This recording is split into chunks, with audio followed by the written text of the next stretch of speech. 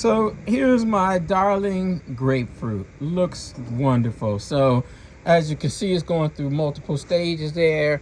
Obviously, there's the bigger leaves at the bottom, which are probably from the original growth. And, you know, just like the lemon tree that I showed earlier, the grapefruit tree grows through its issues with the frost.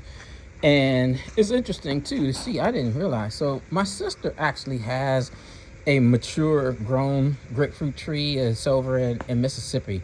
And I didn't realize the amount of thorns that this has on it. So it's good to see and realize, right, that when you're messing with this, you gotta be careful because those thorns will spike you and jack you up, baby. I'm saying that because I know but they jacked me while I was in my sister's house and I didn't realize they were there.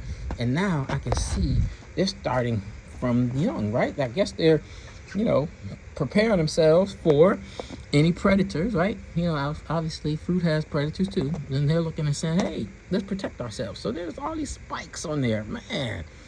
So I made a video last year and I said, man, hopefully we can get through the winter without many days of frost. And so we survived. Houston weather is really, people don't realize, right? It gets to 100, it stays 100 for 30 some days in, you know, August. But don't realize that we also end up having multiple days where it gets below 32 Celsius. That's, you know, Celsius is Fahrenheit. I apologize. Fahrenheit.